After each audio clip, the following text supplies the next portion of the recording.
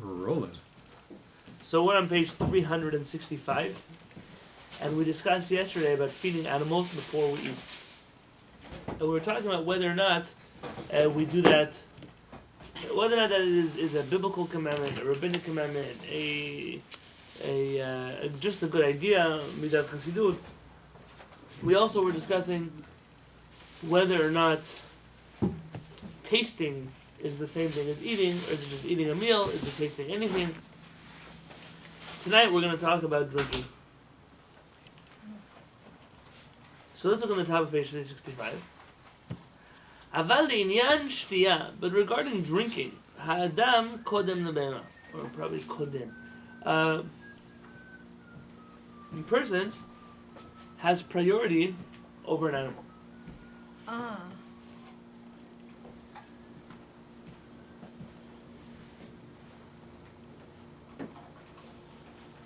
Oh, so that's what happened with Great Britain.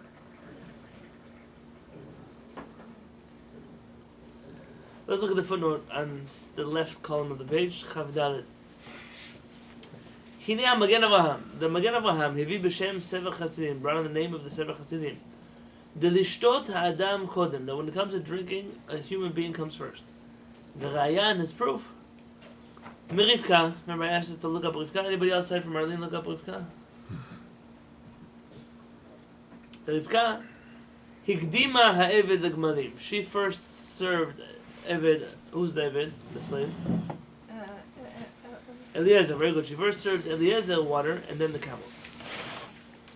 V'chen pasku kam acharonim, and there are a number of acharonim that agree with that. Who are they? Let's look in the right column. 5 lines down in the right column, there's a Rashi script, Samech Vav. Let's read the names. V'chen pasku al Yarabah, uveshut Bet David, v'ayad Aaron, v'maran achida v'kezef, v'shulchan Aruch Hagon Rabbi Zalman, for Lubavitch Rebbe. V'chesed Anafim, that's the Peliles. והמשנה ברורה, חפץ חיים. וערוך השולחן, who wrote ערוך השולחן? Rabbi Yonatan Halevy Epstein, very special to Michal.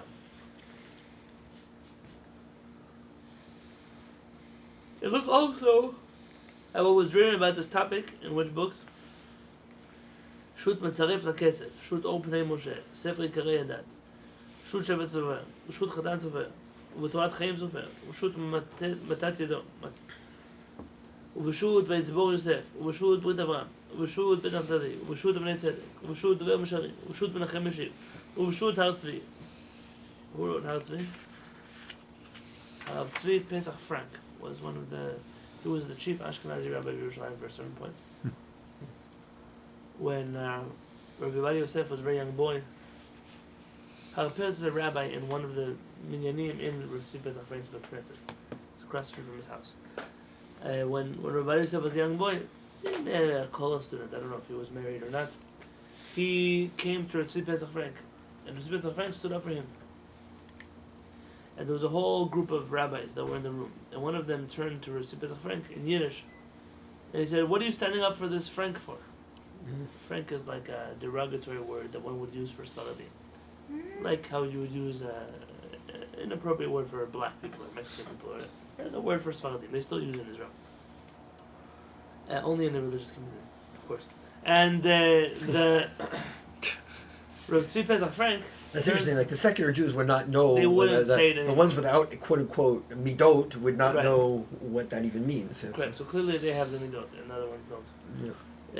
And he said, "Don't worry. One day you're gonna have to stand up for this one too. Meaning, don't be so full of yourself. And one day you're gonna be chayav to stand up for everybody else also." Rav Tzvi Pesach Frank of Tov was a very, very special Talmid Chacham. In general, his attitude, unfortunately, different people did different things with his legacy, but Rav Tzvi Pesach Frank was a very upright Chacham. The things that he wrote were very wise, very put together. It doesn't need my haskama, but that story always stuck out for me. Uveshut Yerech Yaakov, Veshut Igod Moshe. Who's Igod Moshe? Rav Moshe? Feinstein, very good. Uveshut Divrei Yisrael, Uveshut Tzitz Eliezer. Tzitz Eliezer is Rav Eliezer Waldenberg, very good. He was the Rosh Yeshiva of the World Sephardic Yeshiva of Rav Uziel. Rav Waldenberg. Who's an Ashkenazi Rosh Yeshiva, a Sephardic Yeshiva. He is one of my favorite Talmidei Chachamim to study from. Yeah, Rav Waldenberg is something special. He quotes Sephardic rabbis as if he was a Sephardic. He knows the rabbis right and left, their books, their writings. Not just though I heard in the name of Mamash. You read one of his letters, you think maybe Rabbi Yosef wrote it. Uvshut Chemdat Tzvi. So all of these rabbis seem to talk about at least, or a rule, that drinking, when it comes to feeding animals, you have to feed the animal before you feed yourself. But when it comes to wrong volume, it happens. I have 13 different volumes. And when it comes to drinking, though, the animal drinks second to the human being. Let's look back in the left column. The one with the chet on the spine. Vayen the Pri Megadim. Look in the book Pri Megadim on the left column, but 5 lines up. Shehivi b'shem chacham echad, who brings the name of one chacham. Sharaya mitfilat eved v'om mima she'amar Rivka. The proof comes from the words of the servant and not from what Rivka says. Okay, it doesn't make sense right now. Vayen ba'agot chadam sover shechtav lochech midvei sevach chazdim mima shnemar v'shkita et ha'eda ve'et be'eram. He brings a different source text that you first feed people, give people to drink and then animals.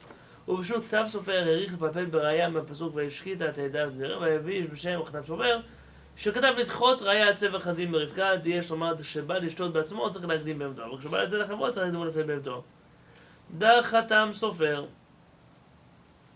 דה כתב סופר I think that's the son of the Chatam Sofer brings the name of the Chatam Sofer that the proof text of Rivka is not a good proof that you first drink and then your animal drinks. Why? Because camels can go a long time without drinking. Okay, that's a good svara. That's a good logic. Yeah, but you wouldn't have known how long you had traveled. That's a good answer. Maybe there's a difference when I serve you and your animal, who I serve first. But when you serve you and your animal, who serves first? Meaning, you could bring a proof from Eliezer had he given his camels water to drink before he drank. Then you could learn out a halakha that first you have to drink it. But from here, what do we learn? And maybe over there, that's an idea that you first give the animals and then the people, but not. But he asked, "Can I have to drink?" He didn't say, "Can you give drink to my camels and then to me?" He asked first. So isn't it telling us something? Is that right? That is right. ואף המקבל רשאי להקדים לקבל לפניו שייתנו לבהמתו, כיוון שלא בנותן לו. And the guest can say, no, please feed my animals before you feed me. Please give my animals a drink before you give me to drink.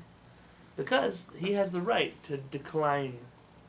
Meaning, the whole reason is really you're supposed to give your animals a drink first. But she offered him first, and he declined, said, no, give my animals. Meaning she was only going on his cue, which means you can't learn anything from that pasuk. Chatam Sofer doesn't like this whole proof. Vayen b'or ha'chaim al Torah. Who wrote Or HaChaim?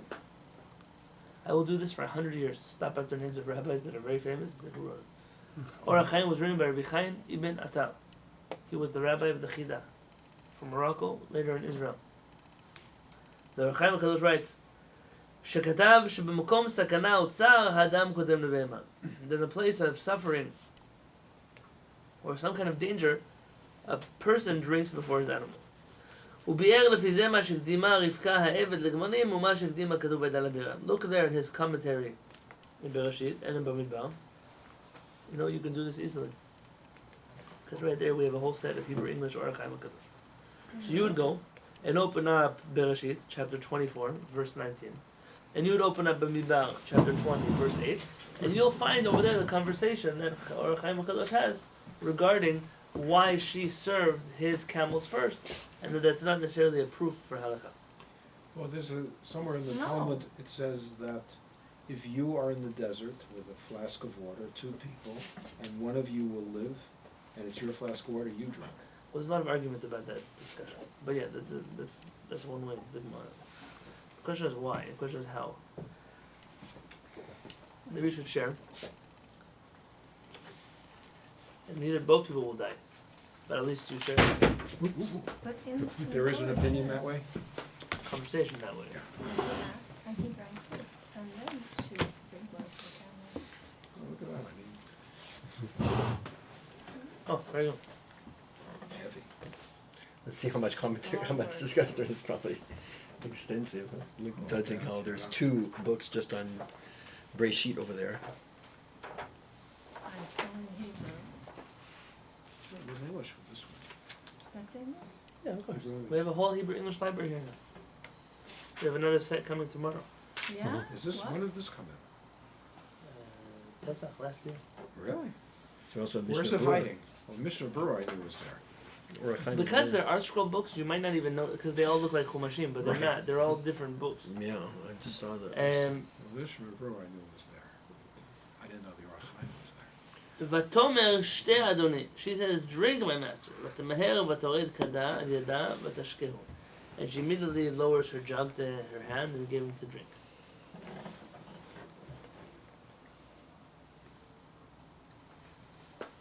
I'm just gonna throw it out there. Interesting halakha.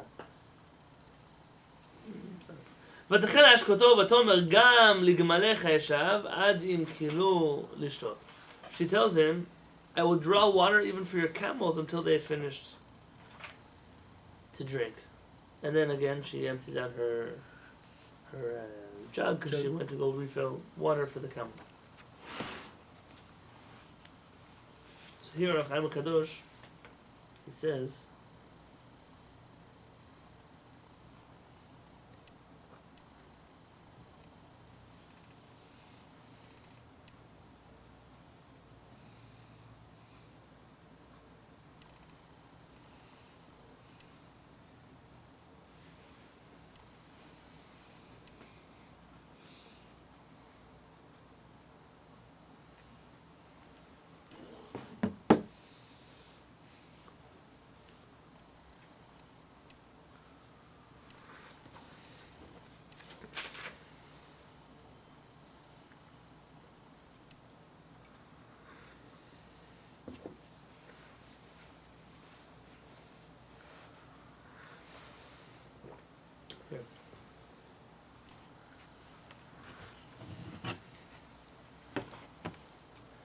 he says, I have another way to explain the pasuk. I'm not the English too complicated for me to read. It's in between the Hebrew. We can explain this based on what our rabbi said. In the pasuk that we studied last night. That I will give food in the fields for your animals, and then you will drink it, you will eat and be satisfied.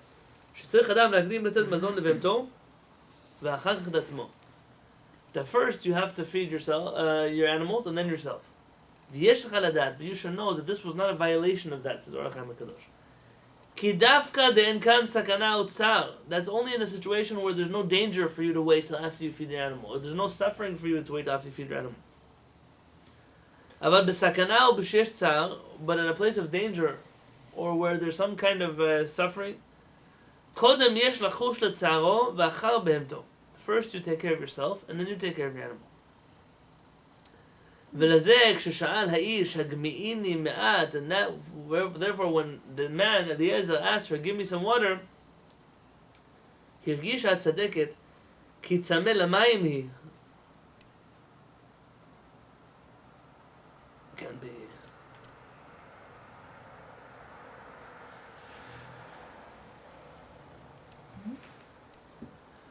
There's a word here, but it can't be that word.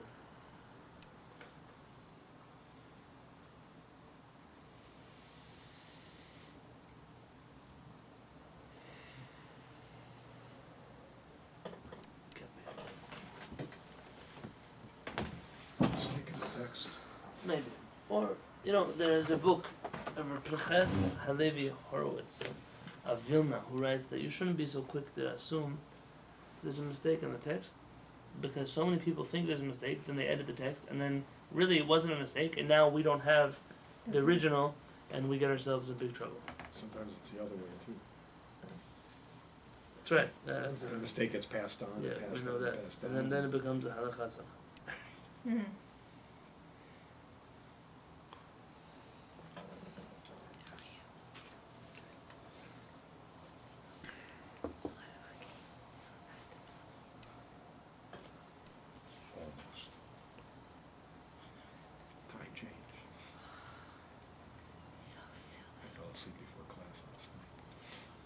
Oh, I was right. Oh, Hashem. There's a mistake here. Really? Yeah. At least the original text seems to not have a. Someone want to write the art scroll? There should be. We check Safaria too. So what does Safaria say? I guess we can. Do they have Well, it? they basically have a word here in feminine tense when it's supposed to be in masculine tense. So you can't tell which person's they're talking about. Well, and it's obvious that we're talking about Eliezer. Yeah. So why would it use a feminine tense about Eliezer? I tried reading it a few different ways. I have to look in a different book. Because it doesn't help that they made the mistake twice. Once the Hebrew, once the English, because they just copy-paste the same text and add the English translation to it. You can look in Safaria. If you look in Safaria, Bereshit, chapter 24, Pasuk 20. I'm going to click on that Pasuk, Pasuk 20.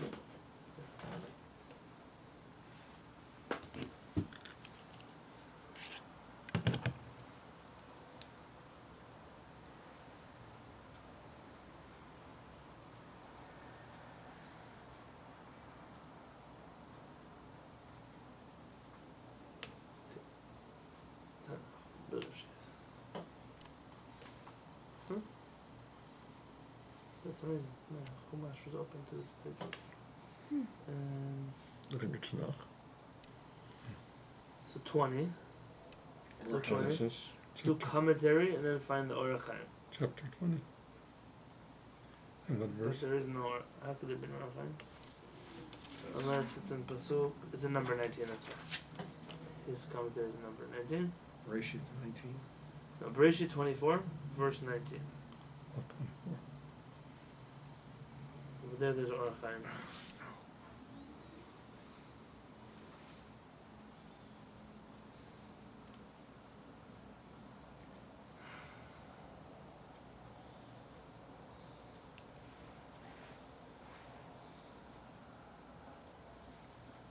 It says text not available on the mobile app. It could be there's a mistake in both of them. What? Ooh.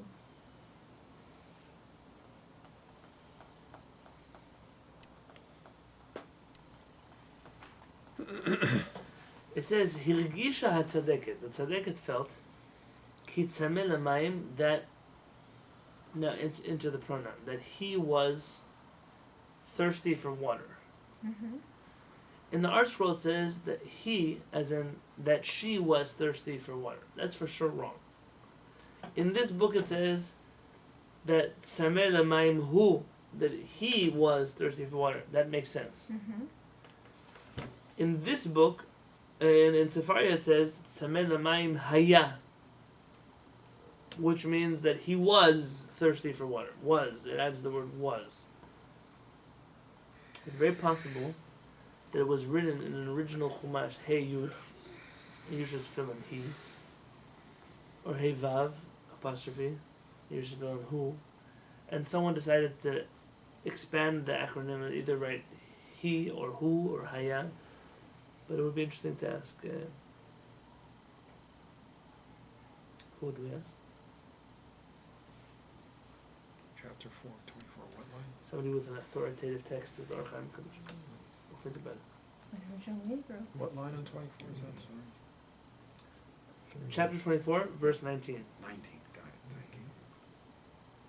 When she, it says right here also, she completed, You have to click on that pasuk, yes, I got it here. and then commentary, click on 24:19. Is that Orach Chaim? Yeah. Oh, they translated? Yeah. Oh, very nice. Here, it's in this paragraph. So you want to see. I had to use the web Is there version, it's not on there's the, none. for some reason it's not on the app. When Rebecca heard Eliezer ask for some water, she concluded that she faced a man whose need for water was immediate. Interesting. This translation is even going with the feminine, and then see how this works. It's balagan. When you read, you have to read skeptically. Well, they're taking the piece with the translation, but they're trying to get the essential meaning. That's a creative way around the mistake. When Rebecca heard Eliezer ask for some, she concluded that she faced a man whose need for water was immediate. That's why she said to him, drink, lishtot. See, but our scroll translates, Rivka, the righteous one, sensed that he was so thirsty for water that he was in distress. Okay, what's wrong with that? To say that Their translation is correct, but their Hebrew text is wrong. Get the English up. Yeah, it's not on my Safari either. What are you using on the app or on the web? On the app. It's only on the web Oh, version of Safari.org. okay. Of course, the web version is better than that. Alright. Oh, so anyway, difference in the paragraph. And anyway, לזה אמרה לו שתה, that's why she told him to drink. וכשנתנה לו שיעור ששיירה, כי ודאי אין כאן חשש לצער הצמא. And once she felt that he drank enough, that he's no longer in danger, that's when she went and gave water to the camels. So in a way, it sounds like he's saying that eating and drinking and taking is all the same rule. Very good. Or Chaim HaKadosh seems to be considering eating and drinking the same. The only reason why we did drinking first is because we thought he was in a dangerous situation. Which would be interesting to know if the Or Chaim HaKadosh would say that in a place where you're hungry, if you could eat first, then your animal, because of the suffering that would cause. Let's go back into our Shulchan Aruch. Wait, so when you said someone could drink first and then give to the animal, That it's was with a caveat saying that it's only in a situation where you're at risk. Or that's just Orach Chaim? no, that's just Or Chaim. Okay.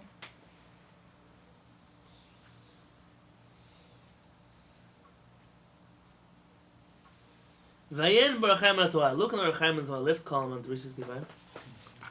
שכתב that he writes שבמקום סכנה או צער האדם קודם לבהמה, that in a place of suffering or danger a person drinks first. ולפי זה להם פוסקים לדבר בשתי האדם קודם וכן העיר ביפה ללב ואין ביד אפרים שתספק לדבר גנבם שלו בשתי האדם קודם.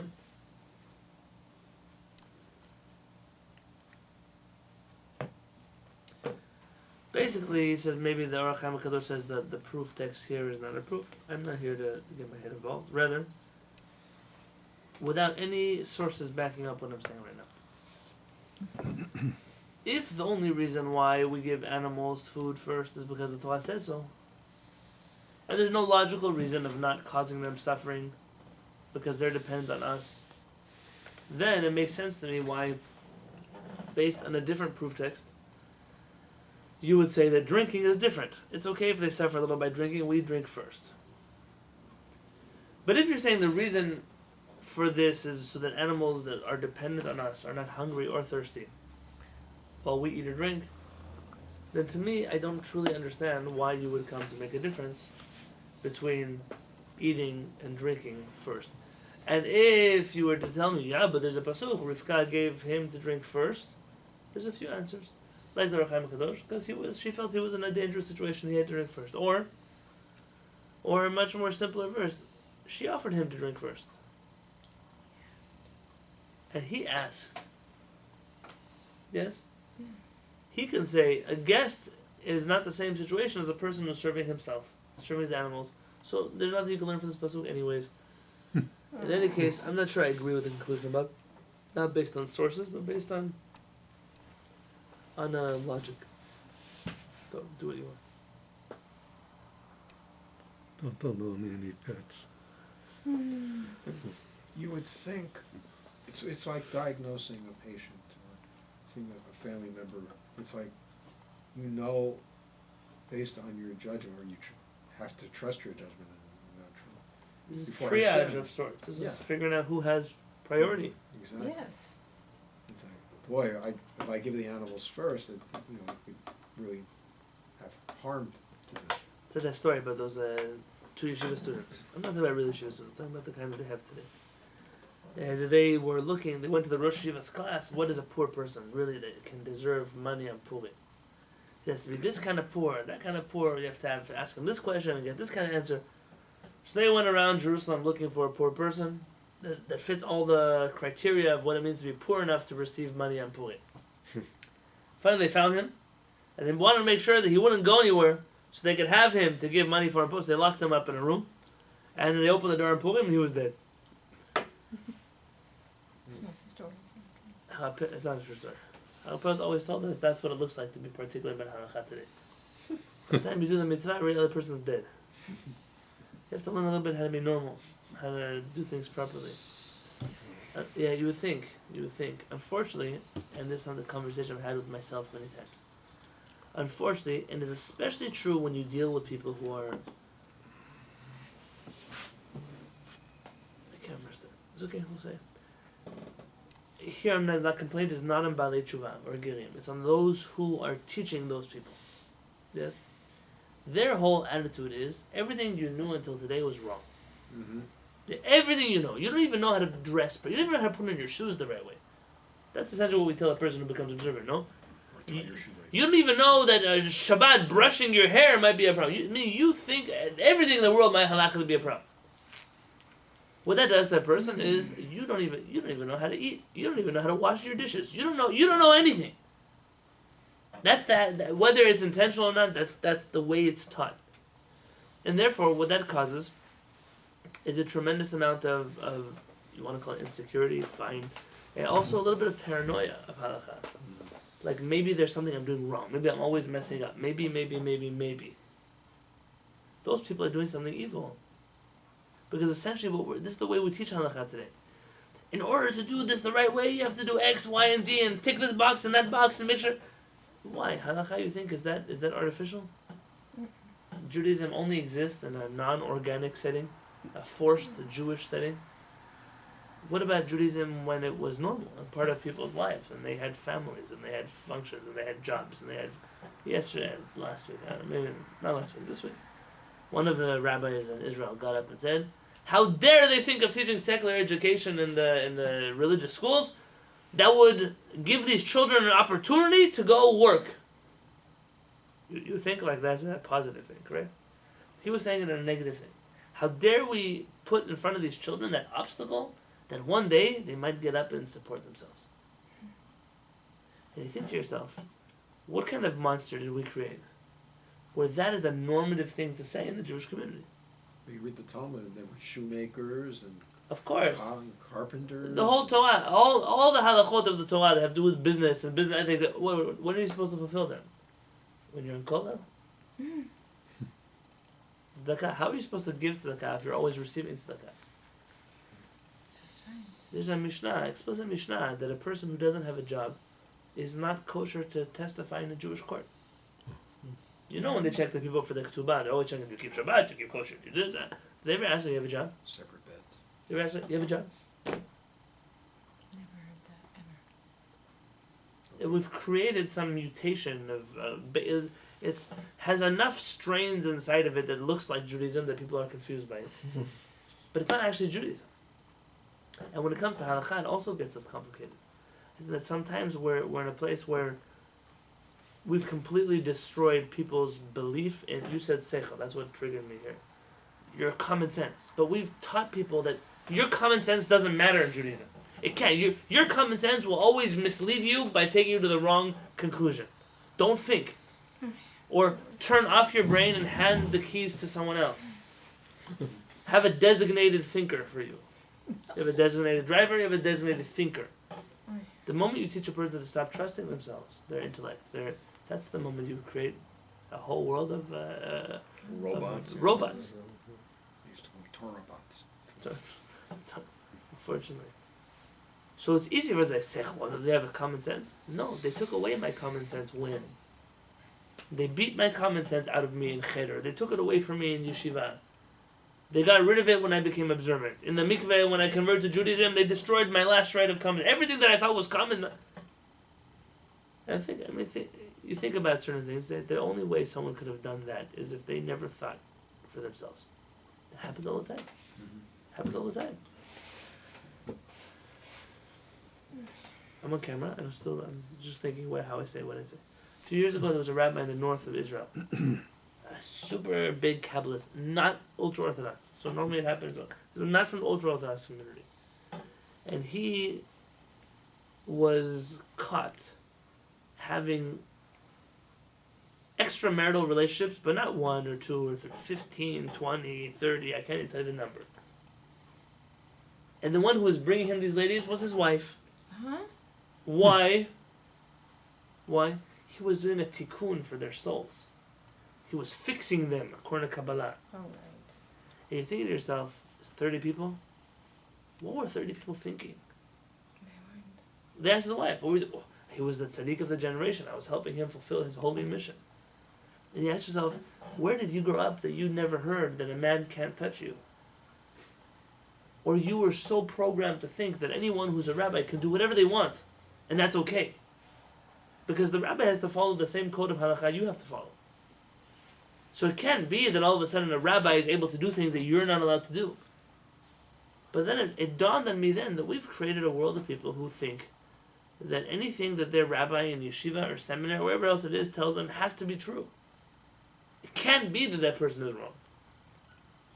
And what if it's wrong? What if you can prove to them that it's wrong? Oh, you're just a heretic. It's very easy. It's a self-defense mechanism. It rejects any point in which you may have your brain kick in and lead you away. There's also the Christian idea that a tzaddik can never sin. Therefore, anything a tzaddik Correct. does. Which is not a David HaMelech. There's no Yeah. tzaddik in the world that is righteous that does not sin. But that's what I see with people who believe in. I had someone recently in my sukkah. I said, your rabbi, could he make a mistake? No. Impossible. Moshe Rabbeinu could make a mistake. Well, our rabbi is greater than Moshe Rabbeinu. Oh, come They on. said that? No, in your sukkah? In my sukkah. And I said, no, please, you can't be serious. Yeah, our rabbi is the Moshe Rabbeinu of the generation. Oh, so in that case, Moshe Rabbeinu made a mistake, so could your rabbi. No way.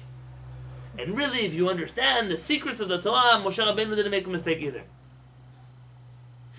I said, so then maybe according to the secrets of the Torah, Moshe Rabbeinu went to Israel. We just didn't hear about it. Maybe he was able to enter, because if he didn't make a mistake, so what held him back from going to the land of Israel? You have to reimagine the whole Torah to come out with such a conclusion. It's myth making. It's called. Myth making. That's a good title. Myth making. Today they just call them Torah classes. This is myth making.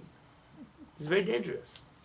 What happens is that we take away that common sense which we rely on.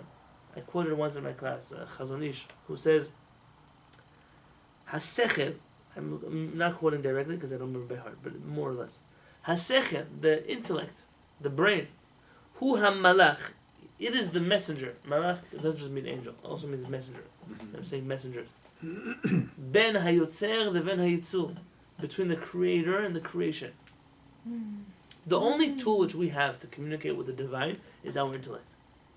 In the moment we harm our intellect, we harm the way we can think in a healthy way, is the moment that we sever any connection to that which is divine. Wow. There seems to be groups that can convince people, no, you're thinking too much, you gotta use your heart more. What does that mean?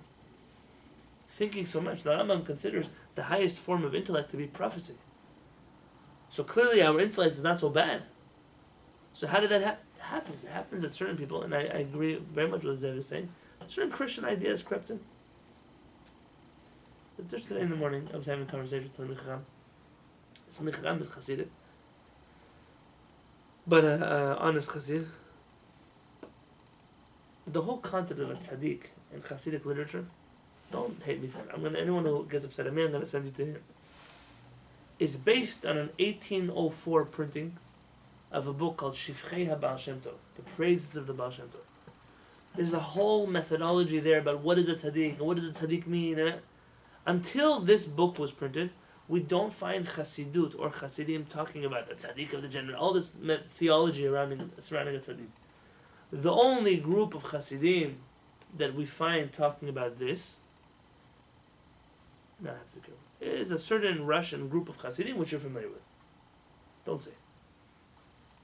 That teaching was doctored and forced into the Shifchei HaBaal Shem Tov that was printed in 1804.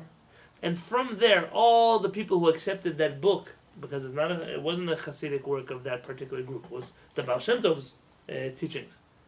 That's when the tzaddik theology came into Hasidut. It's one strain of Hasidut that through, and by the way, that Hasidut that I'm mentioning, a certain Hasidic group of Hasidim, there's a book by Dr. Rosman, Professor Rosman, The History of the Hasidim, something like that. I have it at home. The search for the real Baal Shem Tov. It's something fascinating.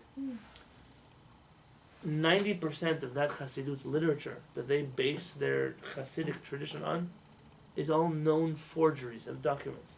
Both story we know that the Baal Shem Tov never wrote. Letters that were all part of a famous Geniza, all part of a famous burial spot of Jewish literature, and they were taken by them, and that created their entire theology.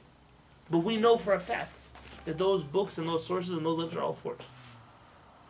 Yet they still, even though today they know that, their whole theology remains unchanged. And what's the original source again? Which original source? For the forgery material? It's a great. I'm gonna send a link to the book in the call. If someone reminds me, I'll send a link to the book. It's worth every penny that you spend on that book.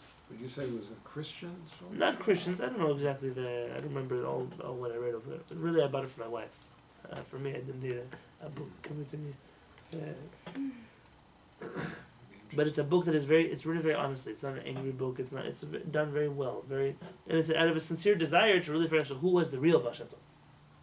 Who was he? How much of what we hear today in the name of Chassidut was actually part of the movement that the Baal Shem Tov started? You'll be amazed. First of all, the wars of politics, of who really owns the concepts of Chassidut, and who printed and who forged and who pushed certain agendas. And once you read all of that, especially those of you here who've been around certain Hasidic circles, you'll appreciate it even more than other people will, because you'll have more of a background in this theology than other people do. I got very carried away. Send you a text of mine. Please. How do we get there? Tzaddikim. Fallibility of tzaddikim. Yeah. So let's finish this halakha so that we can next week continue from a new page. So we'll just finish 365 and 66 and we'll call it a night. ואיסור טעימה קודם שייתן מאכל לפני בהמתו הוא אף כשאינו נמצא בביתו. The prohibition of feeding yourself before feeding your animals exists even when you're not home. What does that mean? Vacation. Or if you're at work. Yeah, vacation is a long-term example. I mean, you hire someone else to feed your animals. Yeah, but there's a newer edition that's nicer than that. I'll find the link and I'll send it out. And I don't think I paid that much for it. Yes. I might be wrong. I don't think I paid that much for it. Here's a used one for $11.95. Show me that. It's a different cover than that, though. Try a different. Don't just check it out. I'll show you after class. You're on vacation, so you hire someone to feed your dog or whatever, feed your cows, whatever it is. You know they feed their animals at 3. That's when you're able to eat. Practically like at work. Let's say you're at work and you know that your animal eats at 6 and you're running late. You're running home at 7. Then maybe you shouldn't eat before you get home at 7, even though you're running late. והוא להחמיר בזה גם כשמגדל ביתו חיה טמאה, כגון חתול או כלב. And it's property is restricted about all these things, even if you're not raising kosher animals like livestock, but you're raising animals that are impure, like cats and dogs. You want to see an interesting footnote?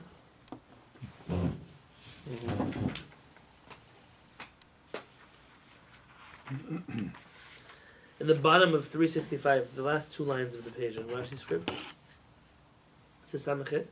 Ayen b'shut shelat yabetz. Look in the writings of shelat yabetz. Who's that? Who's the yabetz? Rabbi Yaakov ben Tzvi Emdin.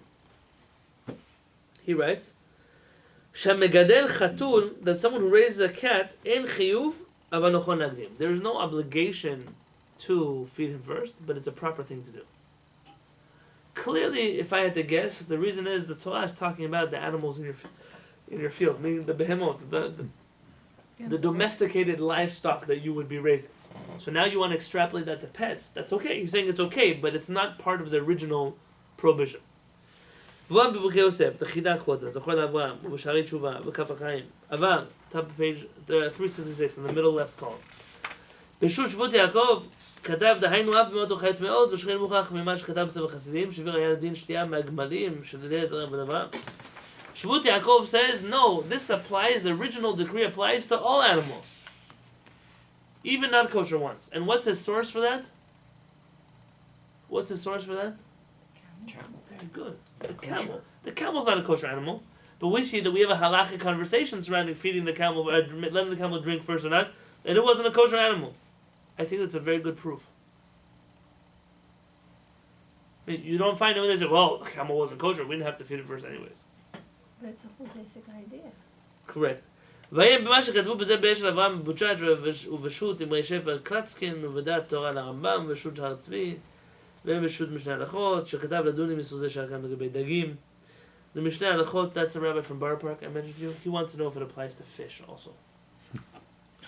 They have an aquarium. Feed your goldfish first. Right. I guess the question is, how far do you take this? You know, do you have to feed all the bugs in your house? No. What if you No. have a pet? What if you have a pet spider? Oh. You know, there's people with some strange pets, talking Yes. tarantulas and black widows and all kinds of Lizards. Snakes. Horned lizards. Yeah, well, lizards they pay a lot of money for. But you're talking about like things that other people would try to exterminate. Scorpions, you want to get rid of your house, not bring it into your house. Yeah, there are people with all kinds of things like that. I had a friend who used to live in up in, I guess today that we call Rancho Santa Fe over there. Yeah. And they had this huge house. And one day they were showering, and out from the faucet pops a scorpion. What? Yeah. So what do you do when you find a scorpion in the bathtub? You scream. You scream, you yell at it, you kill it, you call the police. I don't know what you do, but You're adopted. you don't scoop it up, put it in a little exhibit, and adopt it. You don't saute it. A scorpion. A scorpion. The same people that had a zoo, all kinds of snakes and all this. One time, it was my last time ever sleeping there. I must have been in 7th or 8th grade. Sleeping there, it was a birthday party of sorts, sleepovers. I'm sleeping here under an air conditioning vent, you know, like I'm sleeping and you know, Rosie the boa was lost. For how long? For a month. But they said, it's a big house, we'll find her. Oh, gee. Oh We'll my find God. her. Oh, I no. found her. I found her. On me when I woke up in the morning. Oi. It was like, now I'm not. Listen, even if you could, I was at the birthday parties holding snakes, you know, but never like waking up with Rosie. That's not the name I would name this thing. Yeah. Oh, And I was screaming, and everyone was, "Oh, Rosie, you came home!" Rosie was living in the air conditioning for a month. Oh, gosh. I'm glad I never went again to sleep in this house. No. But there are people with all kinds of. So do you have to feed your pet spider first? How far do you take these halachot? That's really the question. I mean, you think it's easy to extend it to pets. Of course, cats and dogs. It just says cows, because cows is what normal people used to have, but now cats. Well, some people today own spiders, and some people have cockroaches as pets. No. Come on. Hissing cockroaches. You ever seen them? They can sell. They buy them at the pet store. Oh, come They're on. big things. They live for a long time, 8 years. I don't know. I think they live for a long time, and they make a sound. They bring them to all the. Every time my kid's school does one of those animal shows, they bring them. The lizards and the tarantulas and the scorpion, not scorpions, the cockroaches. So really, everyone else in the world pays money to exterminate the cockroaches from their house. And some people pay money to bring the cockroaches to their house. And when they start replicating. What about the mice that you have to feed your snake?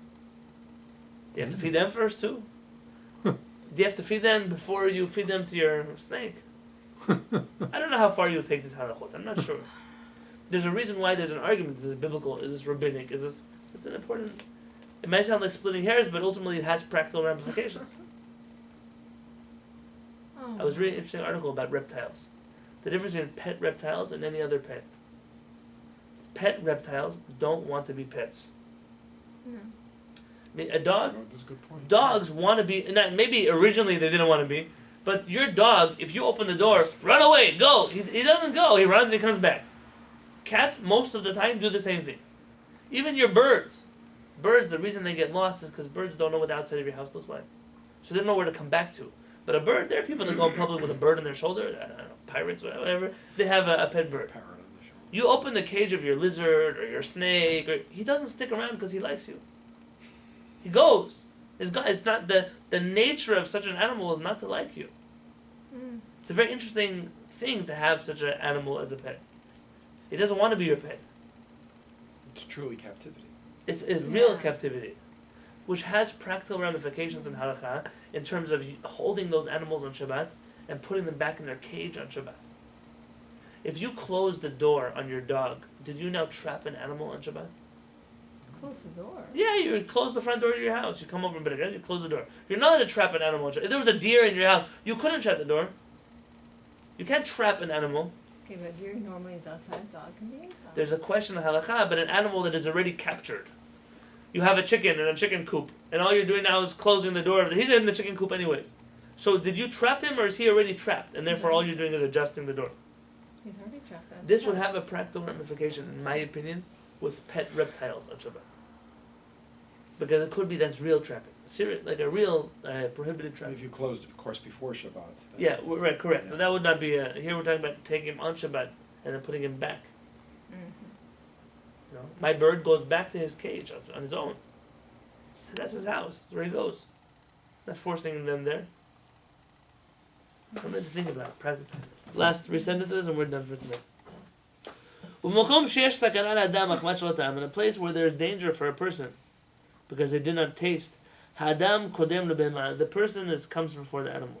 ויש אומרים שבמקום שיש צער לאדם יש אדם לבהמה. Some say that even when it's not danger, it's just like he's really thirsty, he's suffering, he needs a drink. That comes first. It could be there the assumption is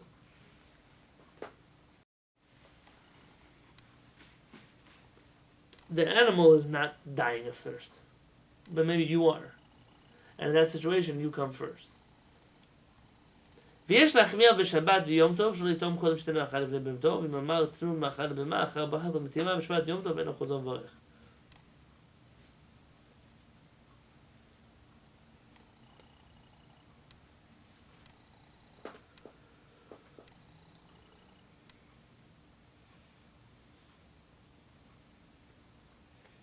It seems there are people who say that on Shabbat and the holidays you can eat before you feed your animals. Why? I don't really understand the logic. So I'm skipping this halakha. ומותר לתת לבניו ולבנותיו הקטנים לאכול קודם של מאכל בביתו. You're allowed to feed your children, especially your little ones who can't get food for themselves, before you feed your animals. So even though you can't eat, but you can feed your baby. Min hastam, it's that both your animal and your baby are dependent on you. So between your baby and your cow, your baby has priority. I was reading something maybe 3 years ago about people who drop their babies to catch their iPhone. What? Yeah, they were talking about the people who are more prone to if having to choose. It's not a conscious choice. Not that they, God forbid, drop their baby, but there two things they're dropping: their baby and their iPhone. Many people are afraid to drop their iPhone more. I was reading about it. It's an interesting conversation. You think it can't be. Okay. There are a lot of people who have a judgment issue in life. It's not the first, the first rule in being robbed is give them whatever they want. Okay. Whatever you own is not worth your life. How many people choose though to fight? They rob someone's car. You're not gonna get my car. Who cares? You have insurance, no? Let them take your car. Some people have in the spur of the moment, they don't think about or maybe you could say their true colors come out. As our rabbi said, that you can judge a person when they're not thinking straight. Mm-hmm. When you judge a person, Bekiso, koso, vikaso. What is kiso? His pocket. What does that mean? Adam nikah. You can tell the truth about a person Usually with money. with money. When it comes to matters of money, when it comes to opening up his pocket, what are they really like? That is a good judgment call to figure out the personality of a person. 2, koso, his cup. What he eats, how he eats. What do you drink in your cup? I drink tea. What other people drink? Alcohol. When they drink, how do they act when they're drunk? Because I was drunk, don't hold it against me. No, when you're drunk, it means all the artificial blocks that you have to protect your image, they all fall down. And really what's left, that crazy person who's drunk, that's really raw you. Right. Unfortunately. Somebody once told me he saw once Tamil Chacham who drank too much. Why? I'm not hearing the story. He said like when man was slumped over in his chair discussing Machloket, Rambam, Tosfot, Rambam, Tosfot, Rambam, Tosfot. And when he was drunk, his real colors came out. I told him, I'm not telling you that you get drunk. I'm telling you that then the guy gets drunk, he's cursing, that's probably who he really is, and the whole day he's suppressing that personality. The last one, He's angry. kaso. Very good. And this is anger. Anger. People say and do things in anger. We're used to saying, well, I didn't mean it, I was just angry. No, when you were angry, that means you weren't censoring the things that come out of your mouth. And sometimes what that means is that really what you were saying has a lot more truth to it than what you may have let on. Maybe the things you say when you're angry are things we should sit down and talk about when you're not so angry. Well, it says that a person who's angry worships idols. Correct. A person who's angry, a lot of things. He says if he's worshipping idols. The Kubalim say that he loses his neshama entirely. He gets a tamei neshama and say, I don't know how that works, but that seems to be some switching of a person. They arrested Mel Gibson once when he started ranting at the cop when he got arrested for drunk driving about, oh, you're Jewish, aren't you? And started saying all these anti-Semitic epithets. But when his trial came up, his lawyers are saying, he was saying, I was drunk, I didn't mean what I said. But I was it's drunk, the I other didn't way. know that. It's the opposite. That's not truly a defense. I mean, maybe it's a defense as to why you said it when you normally wouldn't have. But it's not a defense of, I didn't mean the things I said, I don't believe the things I said. Maybe you do. Maybe you do. In this case, definitely. And to summarize here at the end, the reason why your children come first is between the dependency of your cat on you and your child has priority over your cat. That should be obvious to that person. Correct? I saw someone recently writing an article about children and the cost of having children. Somebody else said, I would take my fuzzy cat over your crying children any day. Oh my. Like that. It's a world of people who maybe don't want to. And it's I think that those who don't want to have children are probably better off not having them. Probably they're better off because it saves us from a generation of children that grew up by people raised by people who didn't want them. Maybe, but it's a sad state of affairs which nobody stopped you from having your goats and your cows and your horses and your dogs and your cats and your birds, whatever else you want. But at least you should have in your mind that your children come first. At least that should be a normal thing for you. It says right in the Torah when the tribes on the West Bank, they said, well, we want to make pens for our animals and homes for our Do you remember this in the Chumash? Right, yeah. And what does Moshe correct that? Moshe puts the children first and Yeah. then the animals. That's right. That's right. I once had a thought about this. In some Mishaberachs, you'll see we bless the community. We bless all of you and your wives and your children. Some of them says the other way around. We bless all of you and your children and your wives. Wives, not like your many wives, but as in children plural, wives plural. Yes. I was thinking, why is it that, I can obviously tell you why people put their children before their wives, because for them, their wife was a second-class citizen, and their children, but I think there's a different understanding to this. Maybe. I was trying to come up with a nosach that maybe makes sense. I say it anyways, you, your wives, and your children. I don't say it the other way around. But perhaps it's knowing that between a husband and a wife, I think that a wife will choose her children any day over the man that she married. In a positive way. In a positive way. Baruch Hashem, there's a famous book written, Not Without My Daughter. Do you remember this story? Oh, yeah. This lady who married a man. Took her, they made a movie out of it. So I didn't watch the movie, but the book was riveting. I think it's a true story. Yeah. And to see what she would go through to save her child. They say I'm not saying that a man won't do that. Maybe I'll do too. But in this understanding of, I don't think somebody would mind. There's a famous story about Rav Levi Yitzchak Berditchev. I'll end with this. Look, I'm talking Chassidut, we'll share a Chassidic story. They say about him that on Erev Yom Kippurim, a lady came to him. It was already close to Kal Nidrei. He was coming late to the Beit Knesset. That was the only rabbi who comes late to the Beit Knesset. And Rav Levi Yitzchak, they were waiting for him. Finally, they were waiting to see what happened. They went to his house. They see there's a lady there, and she's asking him to pray for her and her son. She was a widow, and she had just her and her son, a baby. He said, I charge 2 rubles per person. And that means I need 4, and you only have 2. So, but Rabbi, can you have some compassion? I'm a single mother, and he said, I told you my price is 2 rubles for you, 2 rubles for your daughter. You don't want for your son. You don't want. You could choose one of you, or you could leave. Stop wasting my time. And so finally, she comes back to him and says, "Here, I already lived enough. I saw enough of my life, but my son is so special to me that he deserves to have a good life. So why don't you take 2 rubles and bless him?" And I'll already figure it out on my own. At that point, Rabbi Yonatan Halevy says, HaKadosh Baruch Hu, see how a parent acts? A parent, when given the choice to choose between their own honor or their children's honor, will always stand up for their children. What kind of parent are you, HaKadosh Baruch Hu, to go into Yom Kippurim caring so much about your honor and not caring so much about your children? Oh, Now, Rabbi Yonatan Halevy was known to be audacious towards Kadosh Baruch Hu. I'm not saying yes or no, it's how you should or shouldn't. But that message of, look, when given to choose between herself and her child, she chose her child. HaKadosh Baruch Hu, can't you do the same thing? Can't you choose your children over yourself? Now, in a theological sense, how do you say such things to HaKadosh Baruch Hu? I think that sometimes HaKadosh Baruch Hu is expecting that there are tzaddikim that will awaken goodness on the Jewish people. And even if it means saying things that sometimes you and I wouldn't say, or wouldn't have the audacity to say. You wouldn't want HaKadosh Baruch Hu to put us under a magnifying glass. I don't think Rabbi Yitzchak Abeditcha was so worried about being put under a magnifying glass. And that's why he was able to do what he did. And he was doing it only to awaken. It's like when someone says, convince me why I shouldn't throw my kid out of the house. So the people come to the rabbi, convince me why I should pay for my kid's college education. I can't stand what he did to me in high school. What's your job in that point? Your job is not to convince him his son is good for nothing. He doesn't want to hear from you his son is good for nothing. He already thinks his son is good for nothing. He wants to hear from you, tell me something good about my kid that I don't see. Sometimes, like HaKadosh Baruch Hu, it's a similar idea.